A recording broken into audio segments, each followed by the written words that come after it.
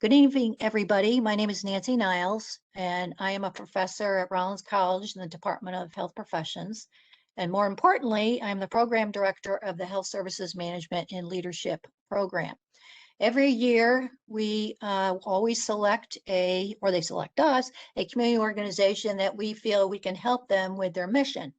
And this year, we are very thrilled to be able to be working with SAFE of Central Florida, which stands for the Strategic Alliance to Fight Exploitation, specifically human trafficking in Central Florida.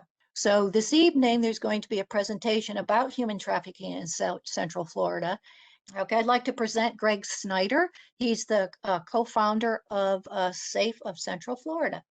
Thank you, Nancy, for setting the WebEx up for us. And it's neat to have a university class engaging in social challenges in the community like this. It's very encouraging. So as Nancy said, I'm Greg Snyder, and along with Karen and Daryl Lane, who you'll meet shortly, we officially we co-founded SAFE. We officially launched last fall after about a year of preparation.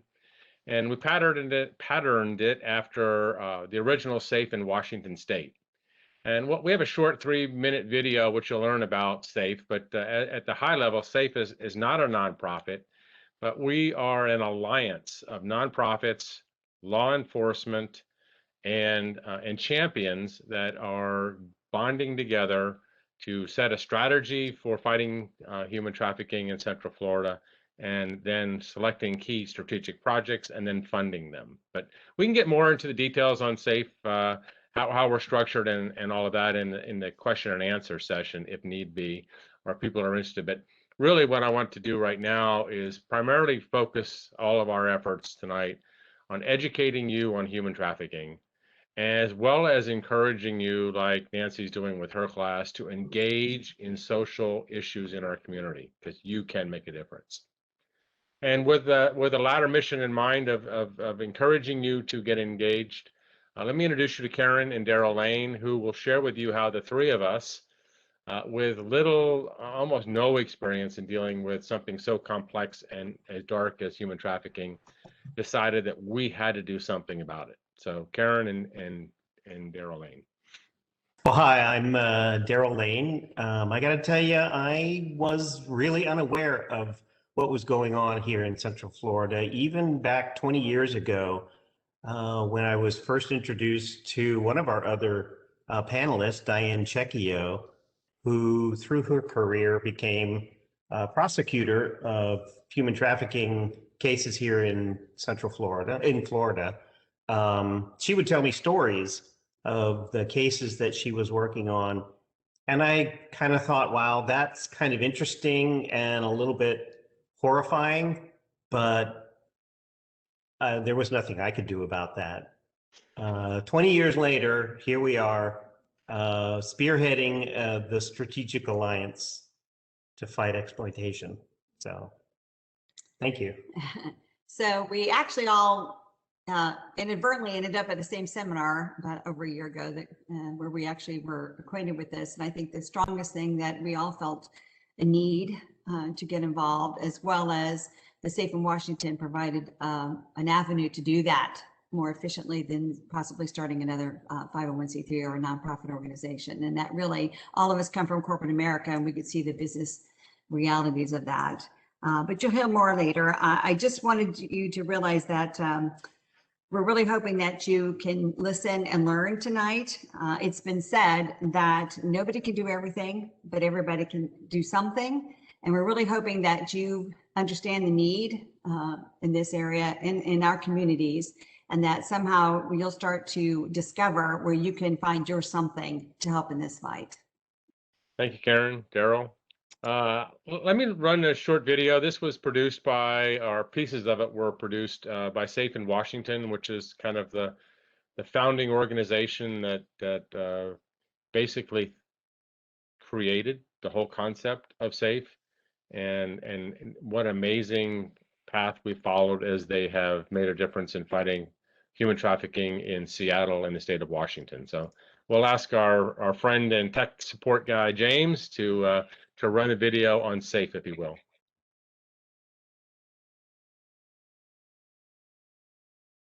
We have this dream that sexual exploitation would end.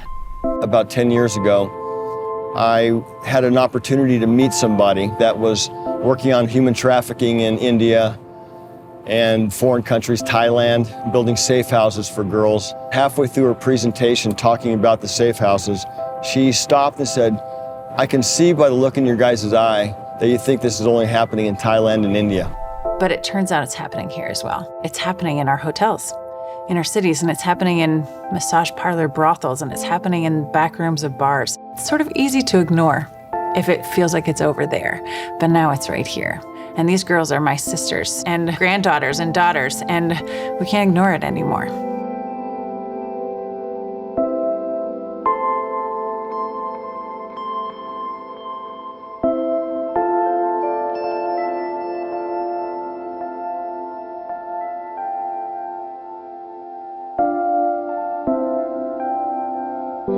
We're sick about this thing. Like, we can't believe that girls are being exploited in hotel rooms in our town, and we want to do something. What do we do? A couple things we decided is, one, we didn't need another nonprofit in the space because there were lots doing it already. But we did need something that would be overarching, that would tie these nonprofits together. Any kind of nonprofit work, any kind of movement cause can sometimes be fractured, and there can be a lot of duplication of efforts. One group's doing this and they're overlapping here and nobody's working together. And we said, I think we need to start SAFE. SAFE was the name we came up with, Strategic Alliance to Fight Exploitation. But then we needed a way to make SAFE go without being another nonprofit that was going to compete against the nonprofits that were out there. And so we started looking at models. The SAFE model happened. You can think of it as like an hourglass where there's a bunch of donors that have given into this donor advice fund.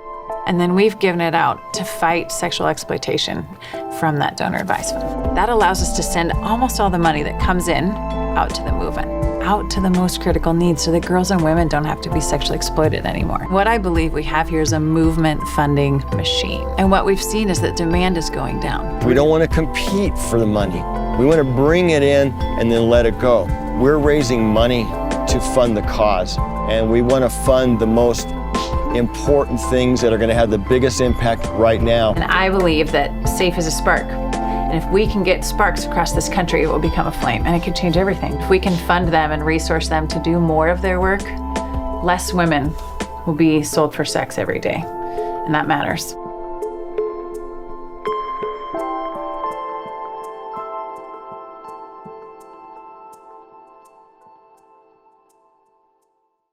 So that just gives you a hint of kind of what the origin of SAFE is, and kind of the video and the person that kind of grabbed Karen and and Darren's hearts when we decided we needed to do something about this. So that's kind of the story about what SAFE is, and a little bit about why, if you looked at some of the statistics here, which Katie will go into shortly, why we just felt we had to get involved. So now I know a little bit about SAFE. Let me tell you a little bit about how we got involved with Rollins, and that's a neat story. One of our launch members suggested we create an internship with Rollins, and the Rollins staff was very encouraging, super helpful, and helped me post the opening on something called Handshake, which I eventually figured out. And lo and behold, we posted, and we selected our first intern, Rose Dorval. And Rose has been an incredibly enthusiastic, super person that has joined the SAFE team. And since she has a class tonight, she's made a video about how and why she got it SAFE, which we'll ask James to hopefully run here in a second. Good evening, everyone. My name is Rose Dorval. I am currently a senior at Rollins. I am majoring in healthcare management with a minor in communication studies. Last year during the summer, I was searching for an internship program that I would enjoy. I reached out to Dr. Niles, and I remember she referred me to Liz Bernstein. And when I reached out to her, she gave me all the references of all the available opportunities at the time. And the first one on the list was SAFE. And I did a quick research. I remember the website says, get involved. And that was my cue. So I reached out to SAFE and they gave me that opportunity. And I chose SAFE specifically because I am from Haiti originally, and I witness human trafficking on a daily basis. And since it's a poor country and it's usually done by the higher up, no one really said anything, or no one could do anything. So when I got to work with SAFE, I told myself that even though I couldn't do anything back then, but now I can do something. And I feel like this is the best opportunity for me to make a change. So I went along and be a part of SAFE. I want to thank everyone for attending, and it will be helpful if you guys follow us on our social media platforms at SAFE in Central Florida. Thank you, everyone. Well, as you can see from our passionate intern, Rose is just, I mean, even though she's from Haiti, she figured out how she can make an impact here in Central Florida. And I'd like to encourage you to do the same. With her graduating next month, we're looking for another Rollins student to jump into her role helping us with social media. So whether it's over the summer program or next academic year, we would love to continue our partnership with Rollins and get another Rollins intern to help us fight sex trafficking, human trafficking here in Central Florida. So if you're interested, please apply on the handshake system or contact myself. I'll put my contact information in the chat section. So speaking of the chat section, if you're like me and as you hear Katie's presentation, a question pops into mind. If you want to just put it in the chat session, we'll kind of record them because I often have a really good idea or thought and then it disappears by the time of a presentation. So if you want to jot it down on a little notepad, so be it, and then ask later, or if you want to put it in the chat section, we can do that. So without further delay, let me introduce our special guest, Katie O'Rourke. And Katie's accomplishments and dedication and responsibilities are something that I personally admire.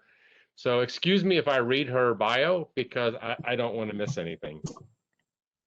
So Katie O'Rourke has dedicated her career to systems-based victim advocacy over the last 15 years.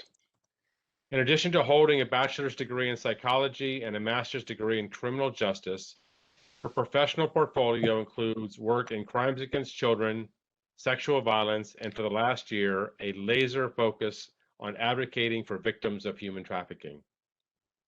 In her current role as Victim Service Specialist with the Office of the Attorney General for the state of Florida, the scope of her work in human trafficking includes scene crisis intervention, emergency placement, trauma-informed response, resource identification, and education to survivors throughout their recovery.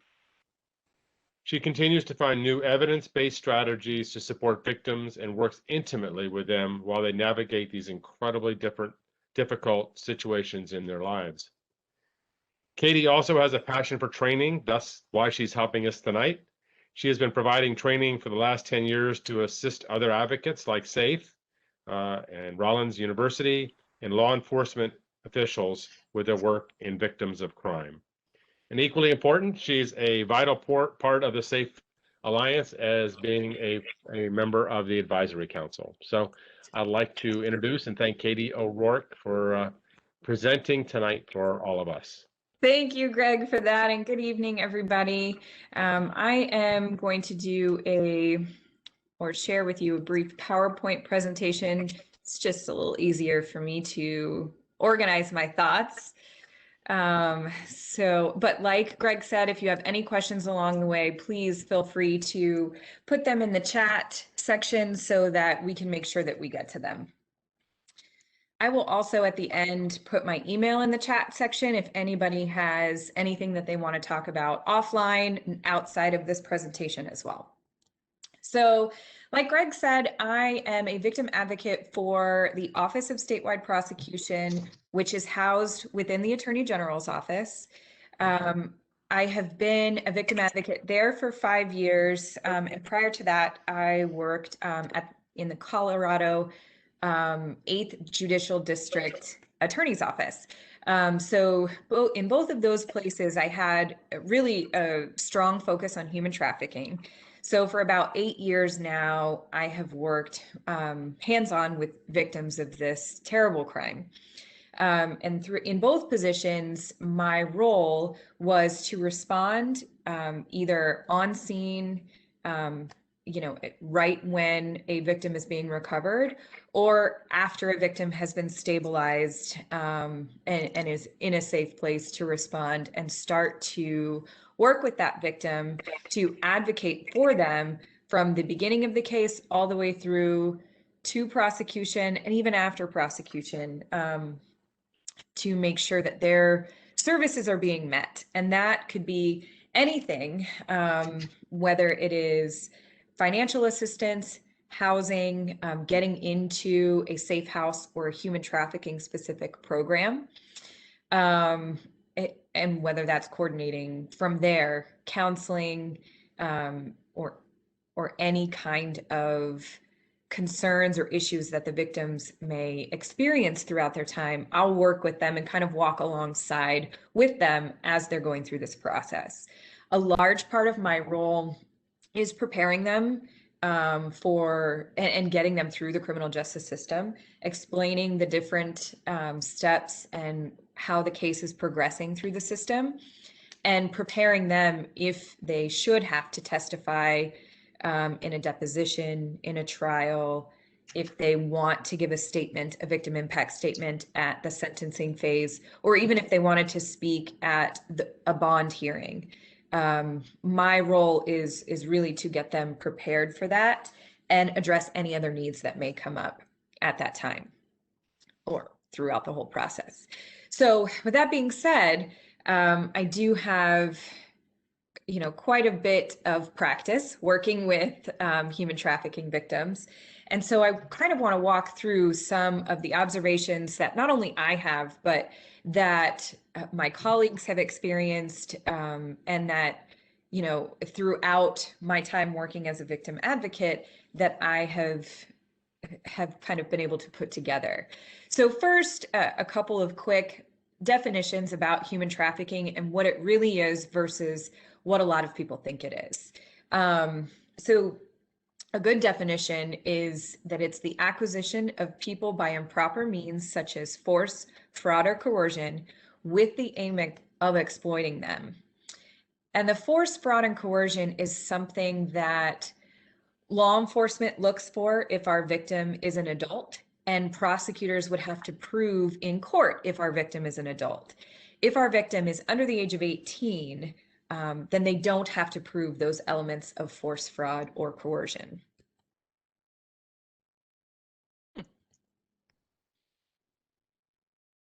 Okay, there we go. So human trafficking involves the exploitation of people for either forced labor, which would be labor trafficking, or commercial sex, which would fall under our sex trafficking. And it does not have to involve the physical movement of victims. They don't have to be displaced from their country, their home, their state, or even their city. Now, that doesn't mean that doesn't happen sometimes, but it does not have to involve that. What it has to involve is the exploitation of victims and the control of those victims. So talking about the two different forms of trafficking, I would say in my role, 95% of the cases that I work fall under sex trafficking, which a lot of examples of that I will be talking to you about today is are victims that are recovered in brothels or massage parlors that are engaging in prostitution, or being forced to work as an escort or a prostitute.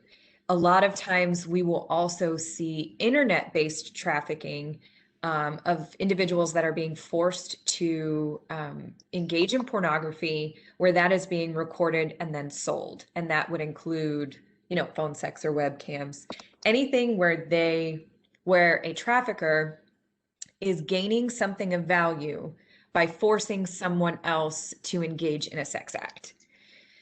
And that, like I said, that's about 95% of the cases that I have. With labor trafficking, you're going to find a lot of labor trafficking in Florida, although not as much as sex trafficking, but that will fall into any time there is a wage, a health, or a safety violation, and someone is being exploited for a financial gain, and that is impacting their wages or their health and their safety. So you can see that from, the nail salon that you go to. And of course you can see it in, the orange fields in Polk County, or the orange groves in Polk County. So it can really range.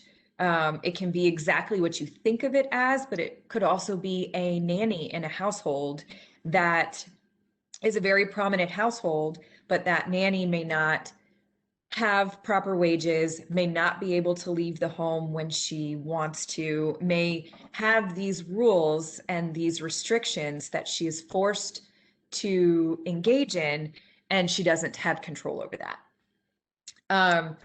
The last one, the panhandling and the door-to-door sales, that's, I'm sure you guys know or have seen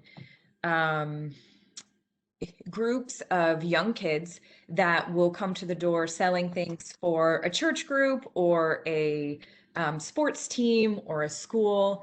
And that, depending upon the group, we're not talking about the Girl Scouts, but like depending upon the group, that is something that could fall into a labor trafficking definition based on the safety violations or the wage violations. If those kids are being transported to a city that they're not familiar with, and they are not able to leave when they want, they're not provided proper breaks to have water or food or seatbelts in the vans that they are transported in, they have to make a certain amount per day, or they have to stay out there until they make that amount. Those kinds of things we're seeing a lot when it comes to youth groups or young kids in the door-to-door sales. So that's something I wanted to point out as a potential labor trafficking example as well. One other point I wanted to make when it comes to defining human trafficking is I think there's a lot of misconceptions out there about what human trafficking actually is. And does someone that is smuggled either into or out of the country, does that fall into the definition of human trafficking? And so I wanted to point out that there's a very large difference between smuggling and trafficking, that smuggling usually involves two willing participants that have entered into an agreement to commit a crime or an offense against a U.S. border. Where trafficking, that there is a victim that is being exploited, that is being coerced, and that is a crime and an offense against that victim, that person. And that, again, doesn't have to necessarily mean that that person is being transported anywhere. And that person can be a citizen of our country or someone that is being brought into the country or that is undocumented. So, human trafficking risk factors. I thought this was a really important slide because I also think that people have an idea of who a human trafficking victim is based on movies or news reports. And I think that people tend to think that there are one type of human trafficking victims. And the reality is that human trafficking victims range, let me go back. They range from, they're males, females, adults, juveniles. They span socioeconomic levels. They cross all education levels. I had a victim just a couple of months ago that graduated from college. She had a full ride scholarship, soccer scholarship. And she went to college, played soccer all 4 years, graduated with her communications degree, was, just a incredibly like smart, capable victim who fell into the hands of, the wrong boyfriend. And that led her down a path, I should say, for years of drug use that led into human trafficking. So it can quite literally happen to anybody. But there are risk factors that we notice with this population that tend to make them more vulnerable or more likely to for a trafficker to try to exploit them. And a lot of that is based on their history throughout their childhood and even their young adulthood. A lot of our victims have had some sort of trauma in their childhood, whether that is sexual abuse, child abuse, homelessness. They have had parents or family members that have had addictions that have made them more vulnerable to being abused even outside of the family, or have made them more vulnerable to ending up in the custody of Department of Children and Families, in foster care, or even in the Department of Juvenile Justice. And as a lot of our victims have experienced this in their childhood, it is a piece that a lot of our traffickers will try to exploit because it's a vulnerability that they experienced. And a lot of times, if there have been individuals in their childhood that have had a history of drug use, then often they will start using drugs or alcohol at a very young age, which also can make them vulnerable to traffickers and to exploitation. So how are victims targeted? It certainly is our traffickers are getting very creative and becoming very unique, especially among like the pandemic that we're going through. They don't always have the access to victims that they typically had. But I will tell you, more times than not, when interviewing a victim and hearing her story, like I said before, our victims can be males or females, but I'm just going to use her when talking for this presentation because the majority of our victims are female. When hearing her story for the first time, so many times we hear, I met someone through Instagram or Hinge or Grindr or Plenty of Fish. And so the internet is often used to target our victims. I even specifically through Instagram, just a case that we are still prosecuting right now. Our victim met a female through Instagram, and it was not a female. They didn't have any friends in common. She had never met this person before, but they started connecting through Instagram. And this was a 17-year-old who had just run away from home. So she didn't have resources or a good support system. And she felt vulnerable to this female that ended up recruiting her, saying, I'm going to Florida and I know that you've just run away from your parents. Would you like to join us? And so she did. And obviously not knowing the situation, she, her trafficker picked her up outside of her neighborhood, took her from Texas to Florida, and she was trafficked for multiple months before she was able to get away. And all because she met a female actually on Instagram. So social media definitely plays a strong role in our traffickers looking for victims and targeting victims. We have also seen a lot of them pretending to be scouts for modeling agencies, professional photographers that are offering to take free pictures of victims so that they can expand their portfolio or expand their Instagram following base. So a lot of this does happen online, but I think we also have traffickers in person being very manipulative and very savvy to, again, try to target victims obviously pre-pandemic, at malls or bus stations or groups where young adults or even teenagers, young teenagers, places where they will hang out, getting to know someone and putting in the time to try to recruit that person is often a tactic that a lot of our traffickers take. And I know you see there, we also have certainly experienced our victims being sold by family members, friends, or boyfriends.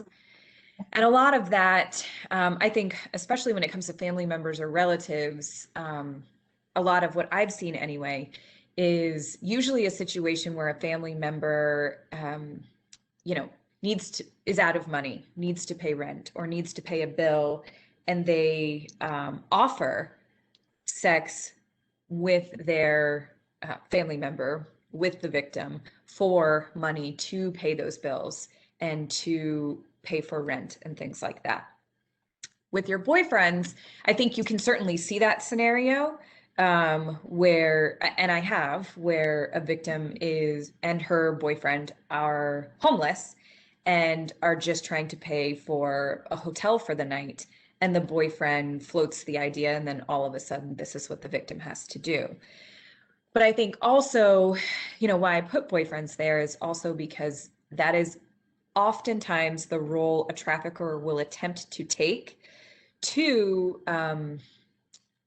again, exploit those vulnerabilities in a victim and to get that victim to eventually engage in sexual exploitation for monetary purposes.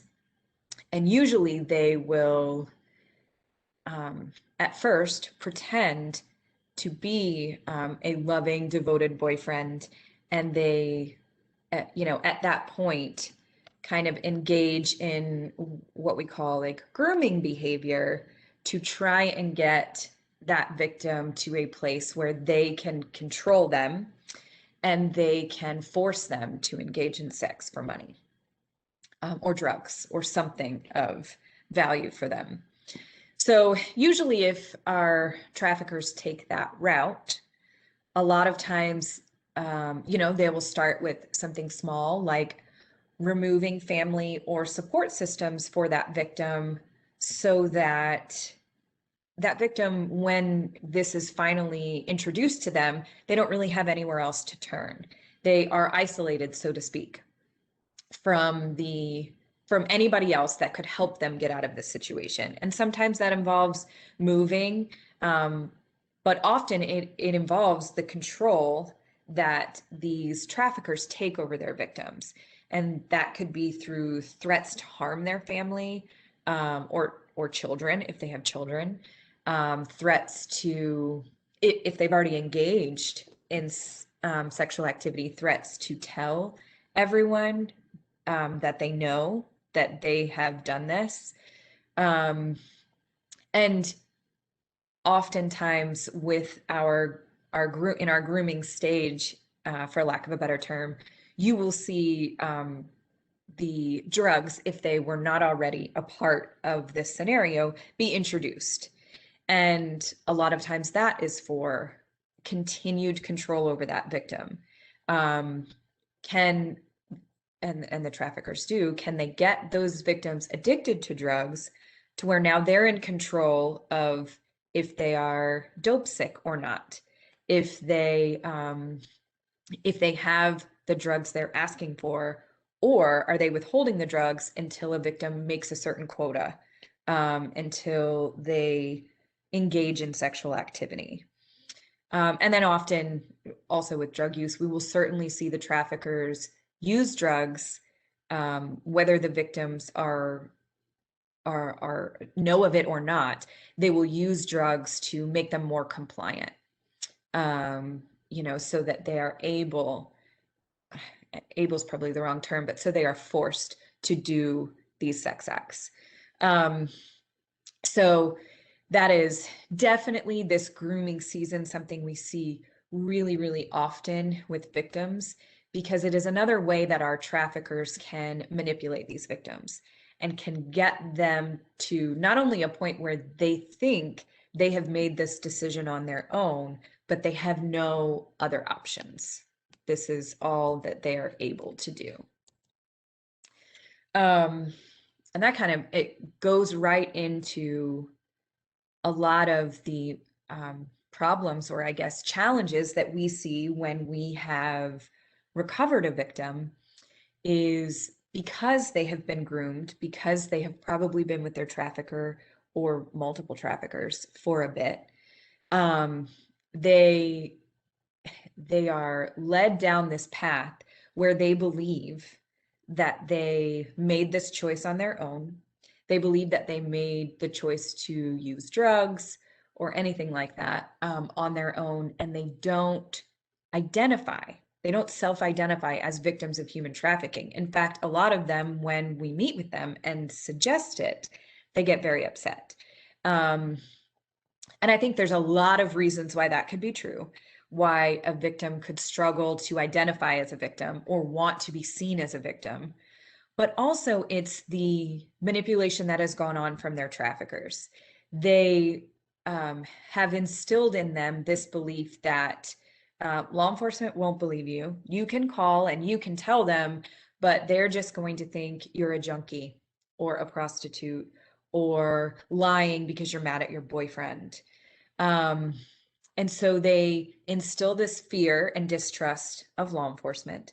They also instill a fear of, if you do something, if you say something, if you step out of line, not, you know, I'm going to hurt you, or I'm going to hurt your family, or you're not going to eat this week, or something along those lines. Whatever hold they have over that victim is certainly used, and used often, to try to control them. So a lot of people will say, you know, if they are, let's say, for example, walking the streets, you know, walking, let's say, for Orlando down OBT, why don't they just run and tell law enforcement, or why don't they just leave?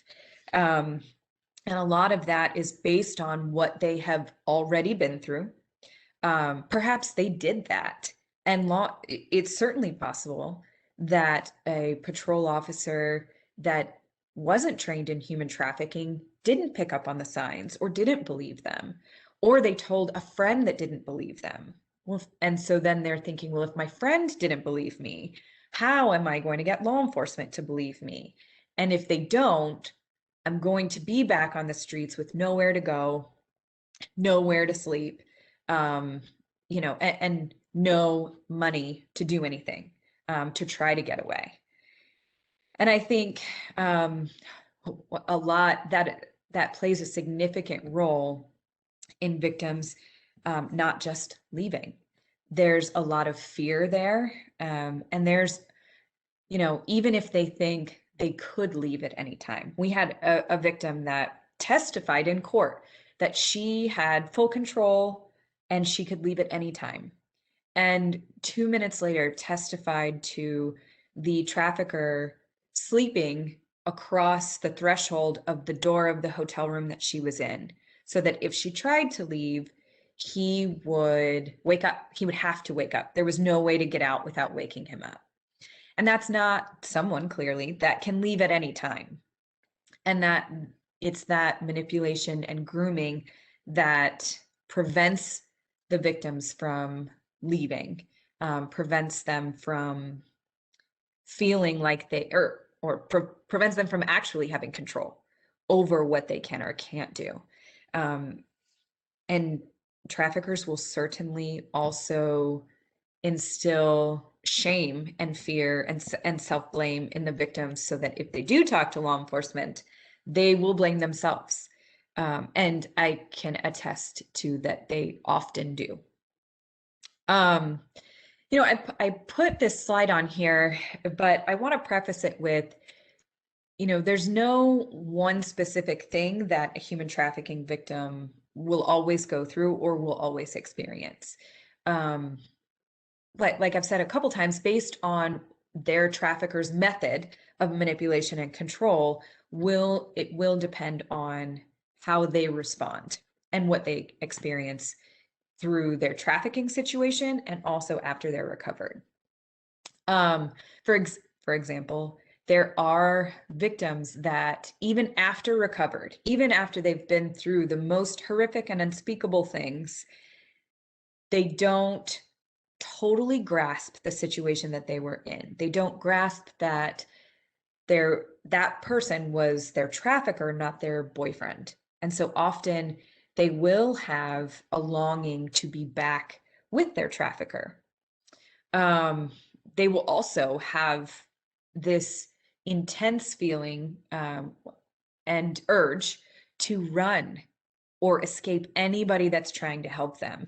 And sometimes that has to do with their childhood, but also they don't, like I said, they don't trust law enforcement, but they also don't trust people that are just trying to help them and not trying to get something from them, because that's, a lot of times what they've experienced for an extended period of time.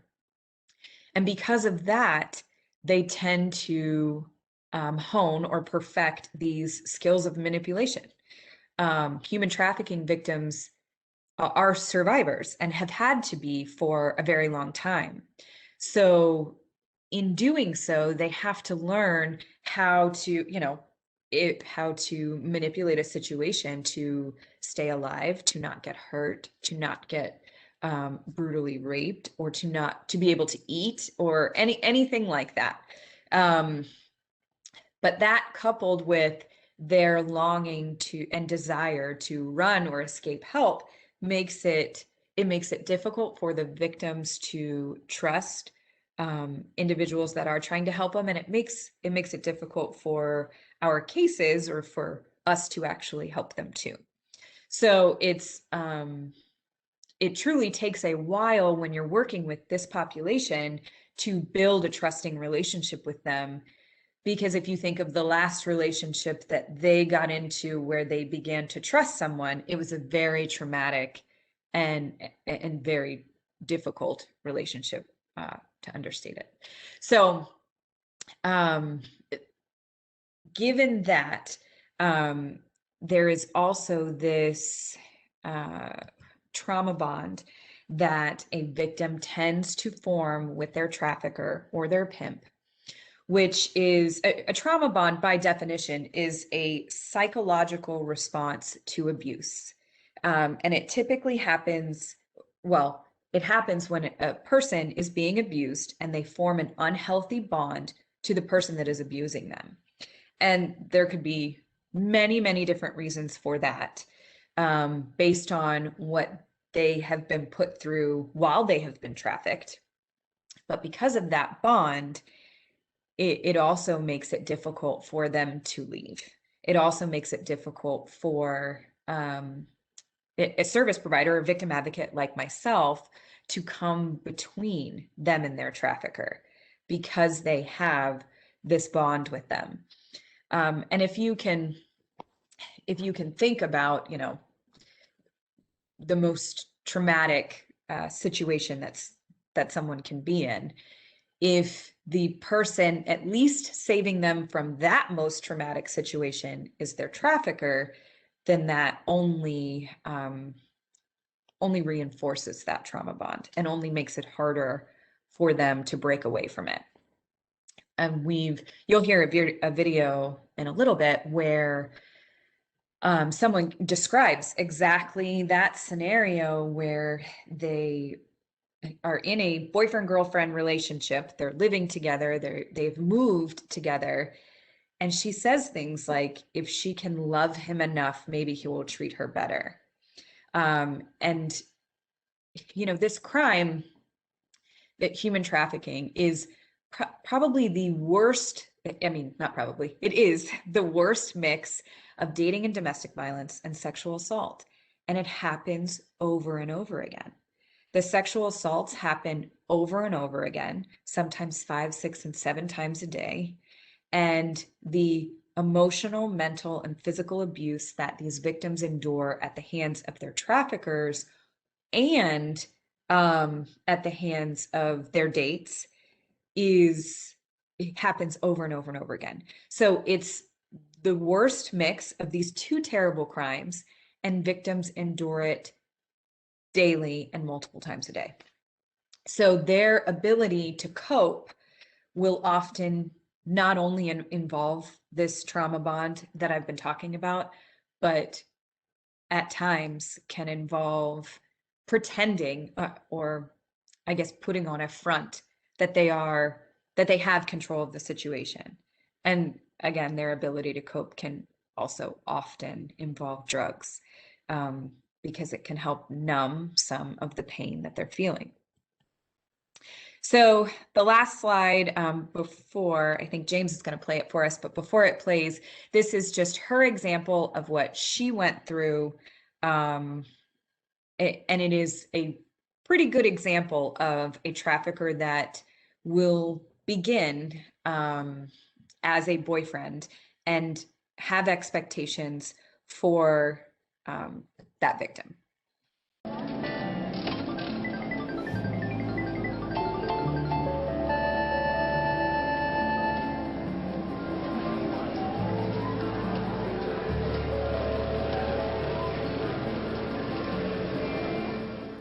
I was born and raised in a small town in Southern Oregon, and I was a good kid in school. I grew up in a normal middle-class family. I got great grades. I was really active in sports, and I even graduated a year early. I was accepted into Oregon State University, and I had my dorm room already assigned, and I was really excited to move up to Corvallis. But that summer I got pregnant by my boyfriend, and I had to make a real tough decision whether I was going to keep my baby and unenroll from university or get an abortion and keep it all a secret. And that was a really tough summer for me. After I had the baby, I had some friends that had gone up to U of O to go to college, and they had an extra room in one of their apartments. It was at that time that I met a boy or a guy who pretended to take interest in me. I really thought he liked me, and we got along really well. He was really funny and charming, and he had a nice car, and he always picked up the tab. He had nice clothes. He told me he was a record producer, that he had a band up in Portland, and that's why he frequently went out of town. There's a saying that says when you take a child by the hand, you take the mother by the heart. And I really think that's what happened for me, because I had this new little girl and this man who showed this desperate attention towards her, like he wanted to really help make this family that I really wanted for my daughter. And he invited me to move in with him after about 6 months of dating, and I was really excited. And I brought him down to Southern Oregon to meet my family, and everything seemed fine until we arrived in Las Vegas. He said we were moving there because that was the entertainment capital of the world, and being a record producer and having a band, that's where they were going to get the most gigs and the most jobs, and that's where his job was leading him. So I desperately wanted to go with him, to be with him, and to start this family that he promised me. He pulled up to an escort service, and he said, "This is how it works in Vegas. I've spent a lot of money to get you here. I put first and last on an apartment. I filled your fridge up with food, and you're gonna need to earn that money back." And I felt trapped. I felt like, how am I gonna get out of this? And you didn't know if you were gonna live or die. You didn't know what he was gonna do or what he was capable of, and so it was really scary. I can remember just running through the casino thinking, like, these people don't even have a clue what's going on. They're just, cha-ching, cha-ching, Las Vegas, yay! And they're doing all this stuff, and I'm running for my life. I'm running from a man that has forced me into doing things that I didn't want to do. When you have a trafficker that's waiting at home with your child and says, if you don't bring home $1,500, you're going to find your daughter out on the corner, I think I was probably more frightened to go home than I was to be in the room. Because if you got robbed, it was your fault for being stupid. If you got raped, it was your fault for not watching your back. Anything that happened to you was typically your fault, and you incurred more punishment for allowing those things to happen to you. So it made you always walk in fear of your trafficker.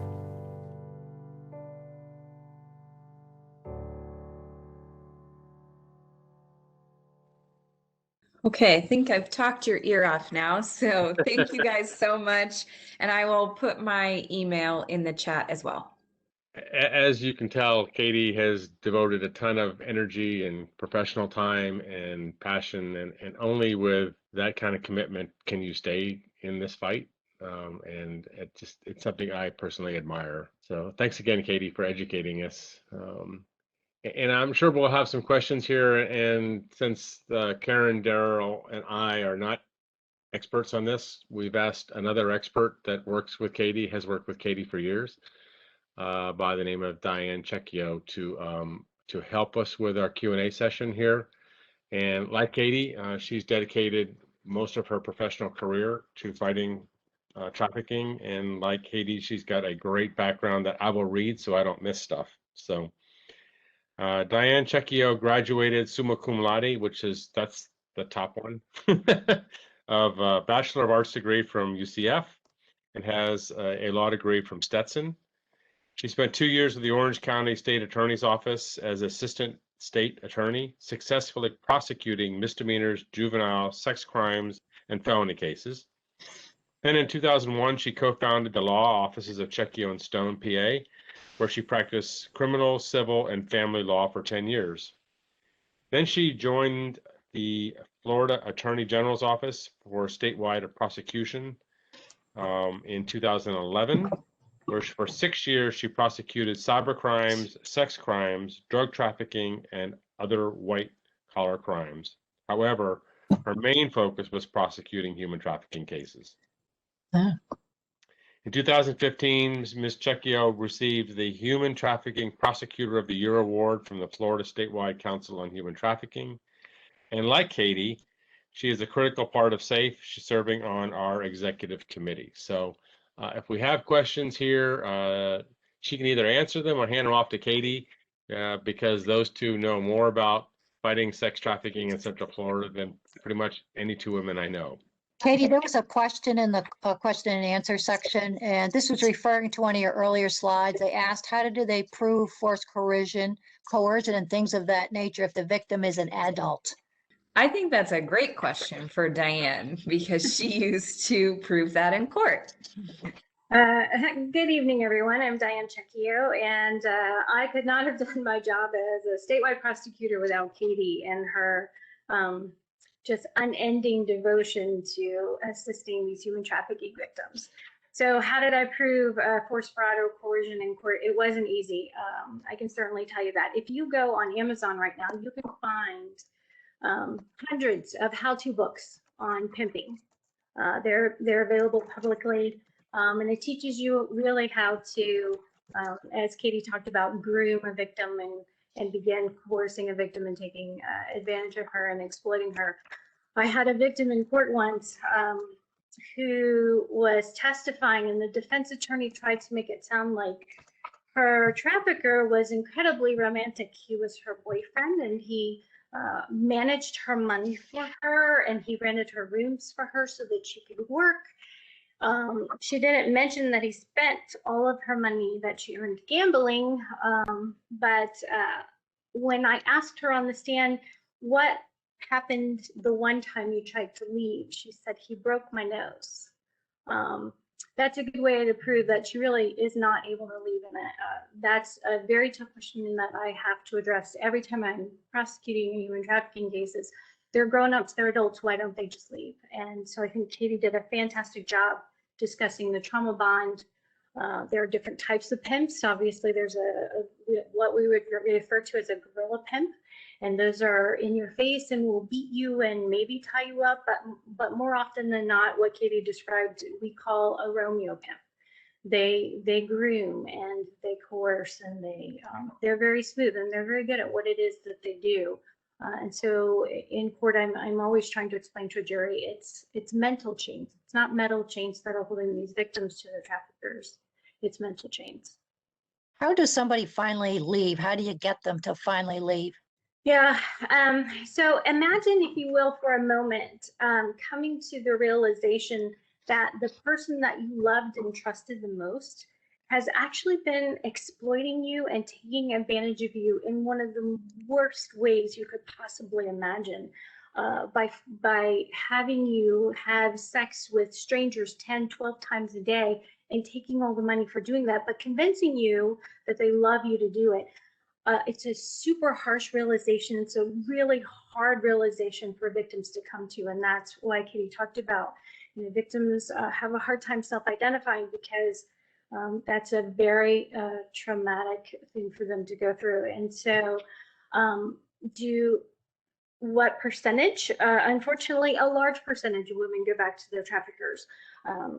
One of the things we quickly learned when we started handling these cases is they get very edgy about not being able to text on their cell phones to anybody because their trafficker would have them check in every 15 minutes or every 30 minutes. However, whenever that date left, they would have to check in with their trafficker. I made $50, I made $100, I made $20. And so when we took their phones, they just went through such trauma because they're so used to checking in with somebody. And so if they're not checking in with law enforcement, or not checking in with a victim advocate, and they're not able to feed that need for reinforcement, they're going back to their traffickers. I wish I could tell you that I didn't have victims who were in residential programs that didn't run away, but I had a victim, 5 programs, 5 different residential programs before one actually stuck. She would shimmy out the bathroom window and she would be back on the streets. One of the participants said, do you ever have any former victims come back to help out with the efforts that are being made? For example, working with organizations such as SAFE. Absolutely. And that's one of the fantastic things is once they've had the appropriate amount of therapy and they've started to go through the healing process, and the very first thing they all want to do is they all want to get involved in help because they come from a place of knowing. When you talk to these women or to the traffickers, they refer to this crime as the game. And so since they are familiar with the game and they understand what the victim's mentality is and can relate and can talk to them on that level, they absolutely want to jump in and get involved and help. And we do have some recovering victims that with cases that Katie and I work together that are currently involved with our organization. That's great, thanks. That's good to hear. I have another question. Do you have any reliable data on trans victims? One of the attendees said they found a report that lists gender minorities and wonder what the overlap is. So unfortunately, because of the stigma associated with it, it's just viewed differently socially, a male victim versus a female victim or a trans victim. And so they are far less likely to report and far less likely to come forward than a heterosexual female or a victim. So there are organizations in Orlando. I think Katie, you can chime in on this. Zebra Coalition, I think. So there are some organizations, and I'll let Katie take it from there. Yeah, and Florida just opened, not just, I mean, it's probably been 18 months, but Florida opened their first all-male safe house. But I think that's over in the Tampa area too, but that's the only safe house for, male victims of human trafficking. And there are probably in Florida, depending upon the age, let's say mixing both adults and juveniles, 25, 30 female safe houses. So there are definitely male victims out there, but like Diane said, that it's very difficult to get them to come forward, and there aren't as many resources. So there isn't as much outreach to try and help them come forward too. And actually, one of the attendees asked are they trafficked for sex with female, or is it with other males, or does combination of both when you have a male? It doesn't matter. Sex trafficking is the exchange of anything of value for a commercial sex act. And so it could be, for example, there was a trafficking ring in Immokalee that they had trailers where they were trafficking the women to various farming communities. And these women were having sex with forced to have sex with both other men and women. And so it doesn't necessarily matter the gender. And just to be clear, women can be traffickers too. I've prosecuted women in the same way I've prosecuted men. And a lot of times when a trafficker has a favorite girl, she's referred to as the bottom girl. She's the top dollar earner. It's very common for the bottom girl or the top dollar or the favorite female to then turn and start trafficking other women to please her trafficker. Here's a question from somebody who works in healthcare. She works in an emergency department, and it's difficult to intervene when we were working understaffed during pandemic. Calling authorities presents a delay to intervention as the trafficker controller has a heightened alert to the situation. What would you suggest? So, I mean, if you're seeing the signs of someone that has visited the emergency room, and signs include, you know, old or new bruises, they look like they're under the influence, they look malnourished, they haven't had clearly any medical care or, let's say, dental care in quite a while. It's very common for human trafficking victims to have various STDs or bladder infections because of the work that they do. So if you see any of these things, by all means, reach out to law enforcement. They may not have the wherewithal, and especially if they're in the emergency room, which is incredibly rare because traffickers rarely take their victims to the emergency room.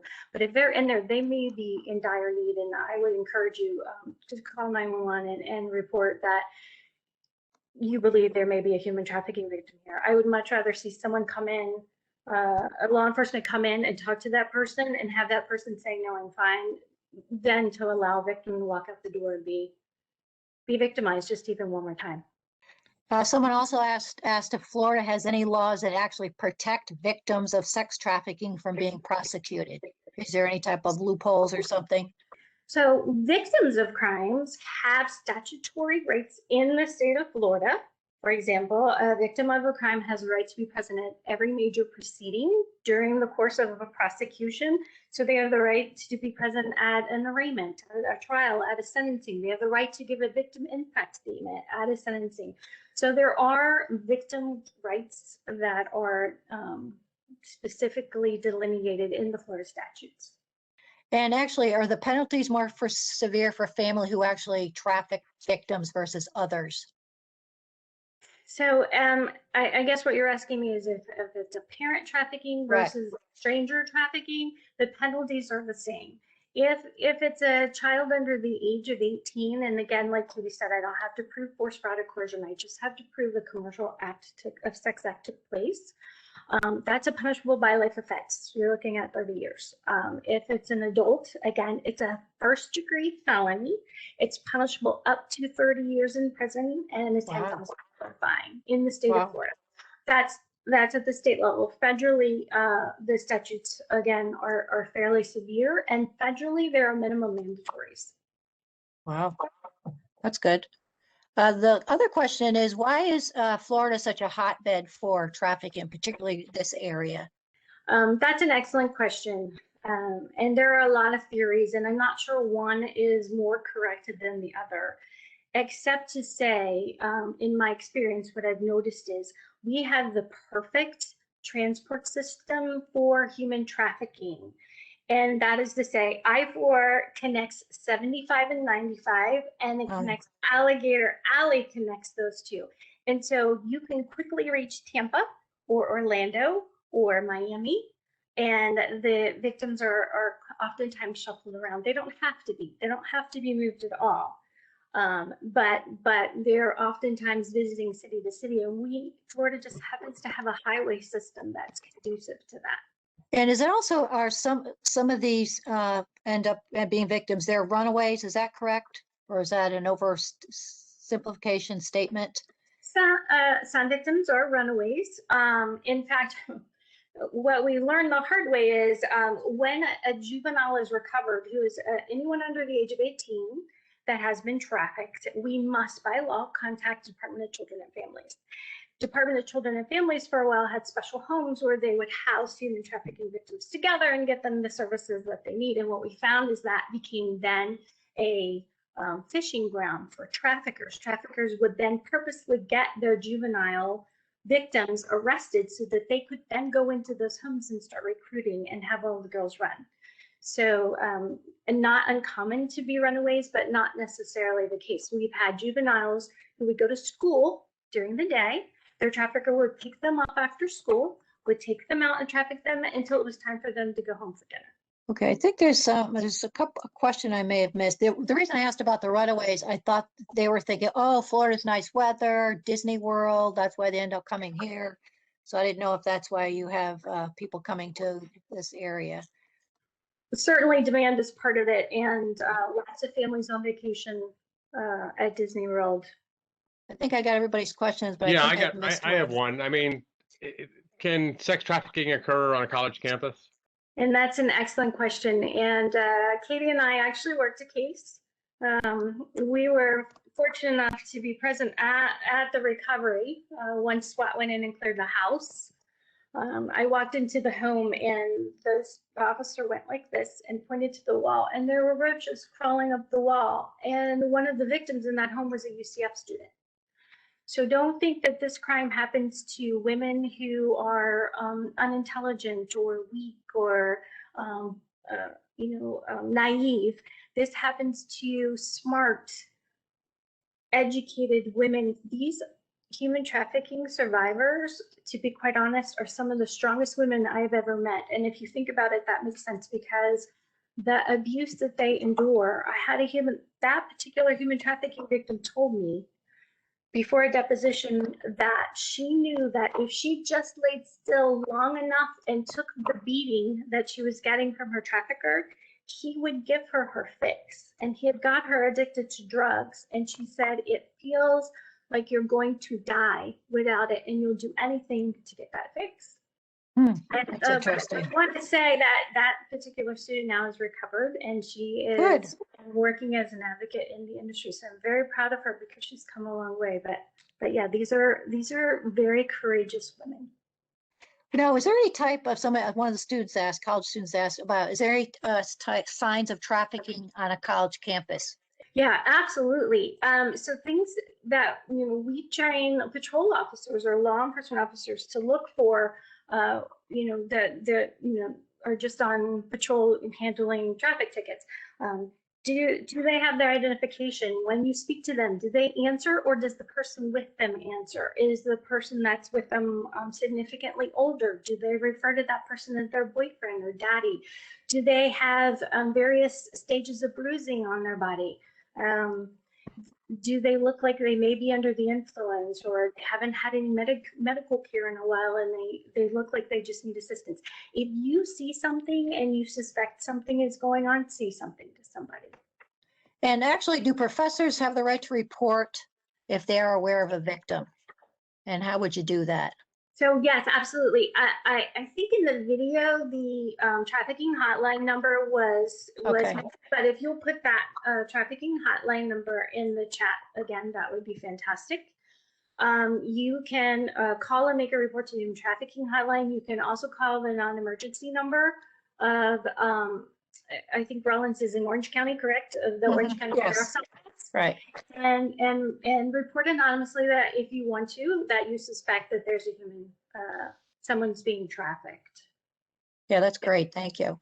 And also, you had mentioned earlier that law enforcement may miss the signs. Is there any training going on for law enforcement regarding this difficult social issue? Yeah, absolutely. And so, as Katie mentioned, the Attorney General chairs the Human Trafficking Council for the state of Florida. It was statutorily created and has various legislators and members on that board.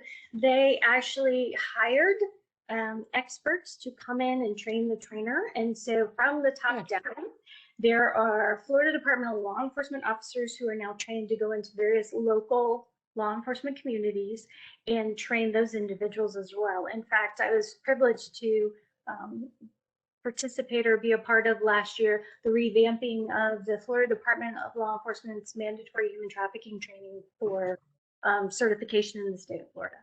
So yes, there is mandatory training. That's wonderful. And then lastly, you mentioned about victims that return to their traffickers. Do you know what the percentage is? I mean, is it over 50%, or do you know? You can't tell. I can't tell. I don't know the official statistics, but I can tell you from my personal experience, it was fairly high. Yeah, that's too Keith bad. and I are making ourselves available day or night. If a victim decided to, reach out, they knew they could always reach out to us, and we would try to find them services. Again, not uncommon for them to fall back into the game, but you keep trying and you let them know that you're there and that there are services and there are people who want to help. And so I would encourage all of you to, like Karen said, it takes a village, and one person can do one thing and just have such an impact on a victim's life.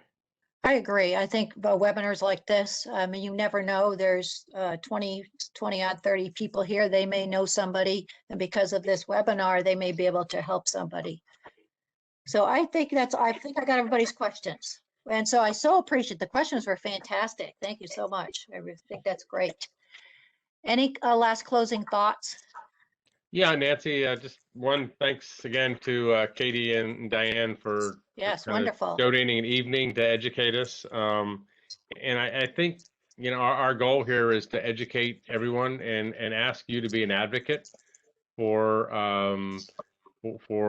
just people fighting human trafficking. You can go on our website, which I'll ask Daryl to put on the chat for everybody here, so you can understand maybe how you can plug in. Again, if I will not be bashful and ask, we're looking for another intern. So if you are so inclined, have some social media experience, we have a great team. We'd love for you to jump on, John, along with us. And if you jump on the website, you can join follow us on social media. You can ask to be on the newsletter, or if you are out in the working force and you want to be a financial partner of SAFE, that would be wonderful too. So I think that's about all from the SAFE side of it. Nancy, it's awesome for you to host this. And again, if you find a way to we can share the recording of this for participants, they can share this with their friends, family, teachers, Yes. Other students, because this is a horrific crime that we can make a difference to fight here in Central Florida. And thank you again. We're thrilled that we could partner with you, and we hope we've helped you in some way. And thank you everybody for attending. Got great questions. And again, I hope this helps you. If you have any questions, you can contact me as well, or you can contact SAFE, or you can contact the 800 number. So thanks again. Have a great evening.